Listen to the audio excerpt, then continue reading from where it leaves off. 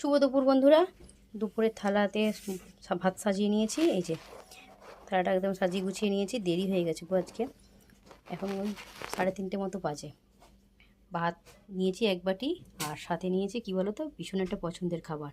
যদি মুখে রুচি না থাকে, জ্বর আসলে যে মুখে রুচি থাকে না, তো ওই রকম রুচি না যদি না থাকে, বা একঘেয়েমি পটল খেতে খেতে যদি ভালো না লাগে, এইভাবে রেসিপিটা করলে বেশ ভালো লাগে খেতে।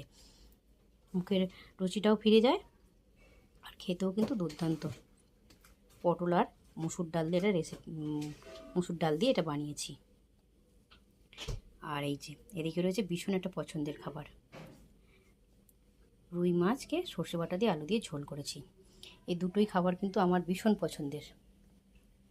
সর্ষে বাটা দিয়ে সবজিটা সেরকমই খাওয়া হয় না, আজকে কি মন চাইলো তো সর্ষে বাটা দিয়ে, মানে শিল বার করেছিলাম তো, তাই জন্য সর্ষে বাটাটা করে নিয়েছি শিলেতে, তাই সর্ষে বাটা দিয়েই